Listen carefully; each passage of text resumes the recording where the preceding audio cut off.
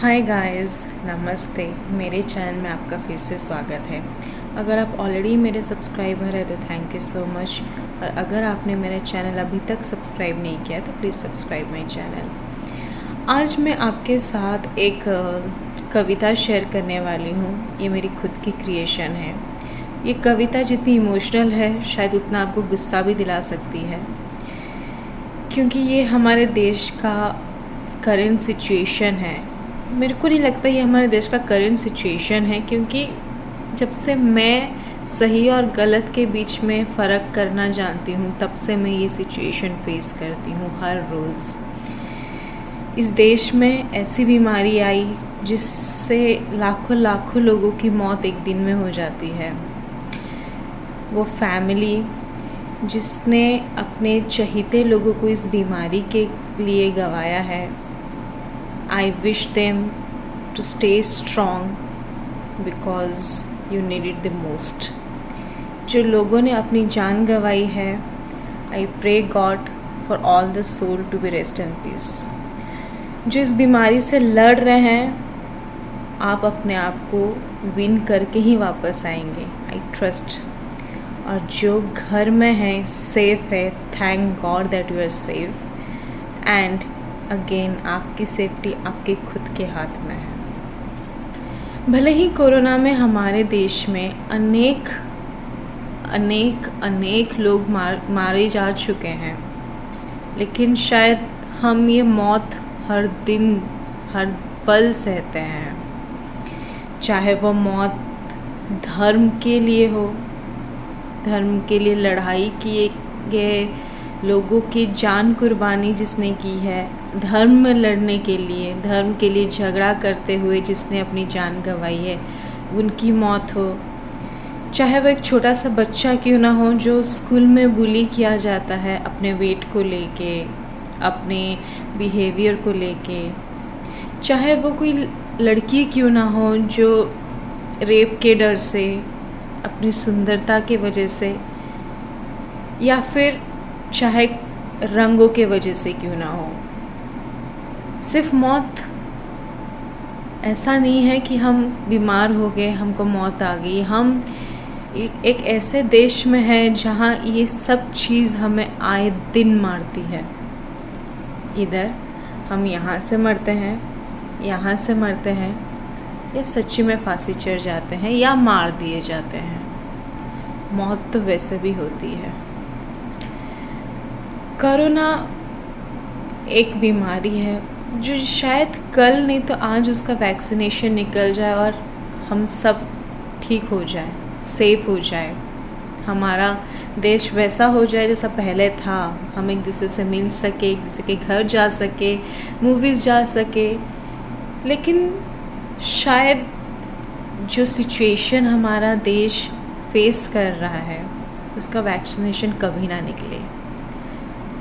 Vaccination से हम अपने हेल्थ इश्यूज़ तो ठीक कर सकते हैं, लेकिन हमारे दिमाग में जो कीड़ा है, जो गंदगी है, उसे हम नहीं निकाल सकते हैं। रिसेंटली मैंने एक न्यूज़ पढ़ा, 19 साल की लड़की, गलती क्या थी उसकी? कुछ नहीं। रिसेंटली ये भी देखा कि कितने हमारे किसान जो हमें खाना देते हैं, हमको अनाज देते हैं, इस बारिश के वजह से, इस दबाव के वजह से अपनी जान ले लेते हैं। हमारे कितने सैनिक हैं जो हमेशा बॉर्डर पे अपनी जान से लड़ते हैं, लेकिन हम उनसे ज़्यादा कोई और न्यूज़ में ही भरोसा करते हैं। बिना आपका टाइम गंवाए हुए मैं ये कविता आपसे शेयर करने वाली हूँ। उम्मीद है आपको अच्छा लगे। अगर अच्छा लगे तो कमेंट में मेरे को ज़रूर बताइएगा, अगर नहीं लगे तब भी बताइएगा। आप एक इंडिविजुअल है, stand for what you think. शायद हम कल डिफरेंस ला सकते हैं, शायद। Finger crossed. भरोसे पे ही दुनिया कायम है guys. And as a youngster हमको ये चीज़ आगे लेके जानी पड़ेगी। सो मैं अभी कविता स्टार्ट कर रही हूँ। उम्मीद है आपको अच्छा लगे। ये अचानक क्या हो गया मेरे देश को, जहाँ अपने ही मारने लगे अपनों को, जो बचपन में हसीन बनाते थे हर लम्हों को। यहाँ वही भाई बहन दोस्त रिश्तेदार तबाह कर रहे हैं एक दूसरे को। आज से कुछ महीने पहले एक बीमारी आई जिसका नाम कोरोना, जिसके कारनामे देख आए हमें रोना। मौत तो पहले भी होती थी हमारे देश में हर रोज़, बस तब मौत की वजह हम पाए ना खोज। अब हम उम्मीद जीने की खोजते हैं हर एक रोज़। ये क्या दिन आ गया है हमारे देश में, जहाँ देशद्रोही मिलते हैं अलग अलग भेष में।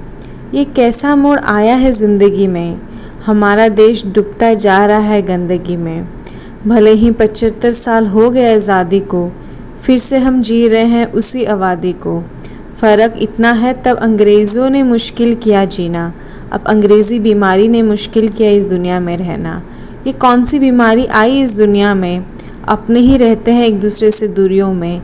सच तो ये है दुनिया तो कब से आई थी अपनों में, बस उस कड़ी को और कमज़ोर की इस बीमारी ने।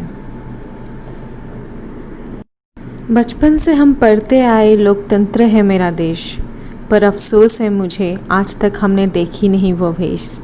5 साल में बस एक बार हमने लोकतंत्रता दिखाई, जब देश को किसी एक के हाथ में सौंपने की बारी आई। हाँ, हम एक लोकतंत्र देश के निवासी हैं, फिर भी जात पात की खातिर हम बेबसी हैं।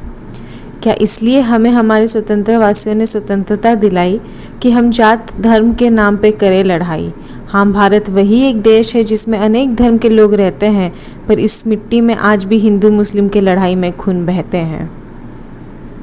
माँ बाप हमें स्कूल अच्छा पढ़ने और अच्छा सीखने भेजते, उनको क्या पता कुछ बच्चे कितना कुछ है सहते।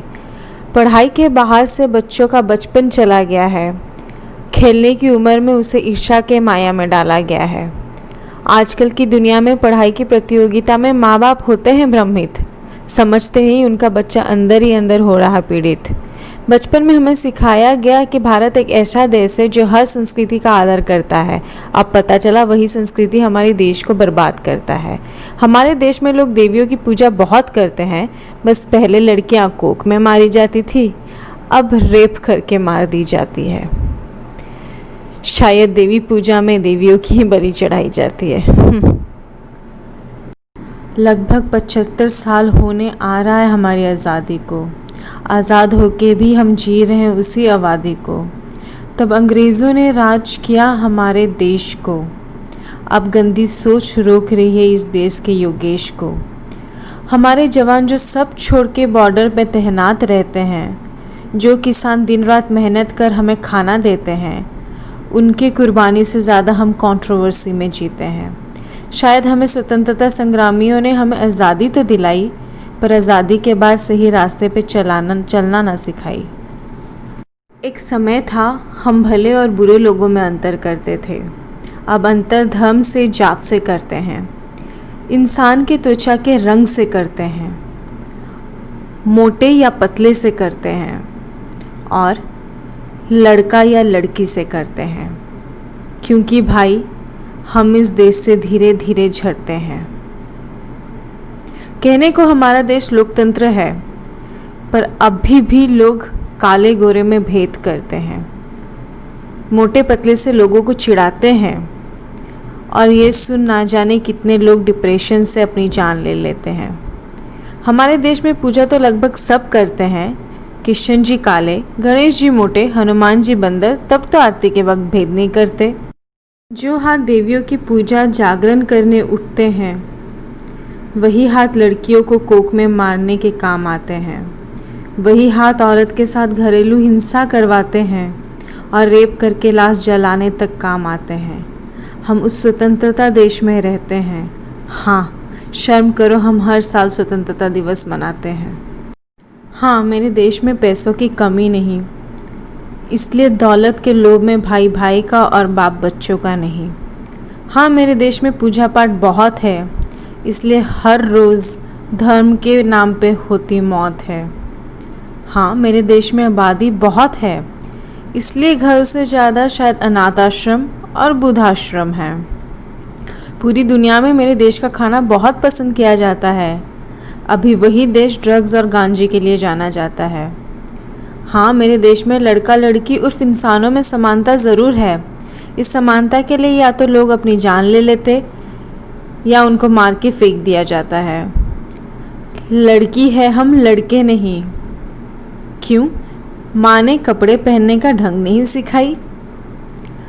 सुंदर है तो लोग छेड़ते हैं या वो रेप के खौफ से घुटती है? रंग या आकृति के दबाव में ताने सुन फांसी चढ़ जाती।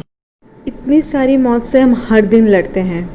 इससे अच्छा है हम कोरोना वायरस से ही मर जाते हैं। यहाँ अच्छे लोग की नहीं कोई कदर, जो गए गुजरे हैं वही है बेकदर। बचपन में हमें सिखाया गया सब्र रख, अच्छों के साथ अच्छा होता है।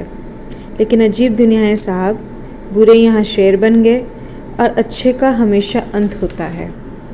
भले ही हमारी धरती माँ कुछ बोलती नहीं, पर दिल तो उसका भी रोता है। देख ये कारनामे, अगर हम सब साथ मिल करें कुछ संघर्ष, तो शायद हो इस देश का उत्कर्ष। अभी भी वक्त है, संभल जाओ यारो, एक दूसरे के लिए मन में प्रेम भरो, ताकि आगे की पीढ़ी करे तुम्हारा आभारो। जय हिंद। सो गाइस, मैंने आपके साथ मेरी कविता शेयर की। उम्मीद है कि आपको अच्छी लगी हो। इस कविता में हम जितना इमोशनल होते हैं, उतना हमको गुस्सा भी आता है, उतना हमको बेबसी भी फील होती है कि हम ना जाने क्या क्या चीज़ से हमारा देश हर रोज़ गुज़रता है। हमारी तो छोड़ो, उस धरती माँ का तो एटलीस्ट सोचो, है तो वो माँ ही।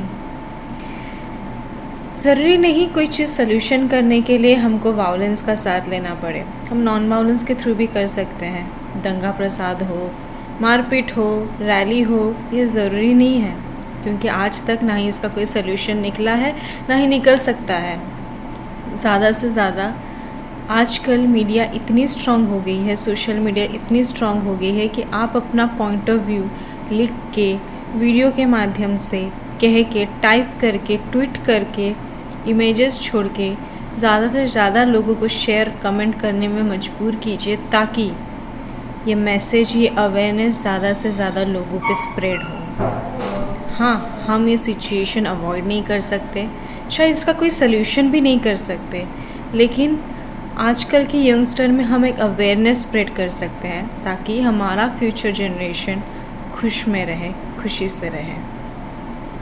आजकल जो सिचुएशन फेस हम कर रहे हैं वो हमारे फ्यूचर जनरेशन के बच्चे ना करें। अभी भी टाइम है। हम इंडिया के यंगस्टर्स हैं और हम हमारे इंडिया को शायद कुछ हद तक जस्टिफाई करवा सकते हैं। Yes, we are independent. Yes, we are democratic, but we don't get a chance to prove it. आप ज़रूर अपनी इंडिपेंडेंस को यूज़ कीजिए, गलत तरीके से नहीं, अच्छे तरीके से। आप अपनी इंडिपेंडेंस यूज़ कीजिए, अपनी डेमोक्रेसी यूज़ कीजिए, अपने आप को चेंज कीजिए। बदलाव इस कंट्री में ज़रूर आएगा। आई होप, उम्मीद है कि आपको ये अच्छा लगे। इमोशनल पार्ट अपार्ट, अगर आपको मेरी वीडियो अच्छी लगी हो तो प्लीज़ लाइक, शेयर, सब्सक्राइब ज़रूर कीजिएगा। और मेरी जो फीलिंग है, मैं जो अवेयरनेस देना चाहती हूँ, वो ज़्यादा से ज़्यादा लोग को भेजने की कोशिश कीजिएगा। Thank you. जय हिंद।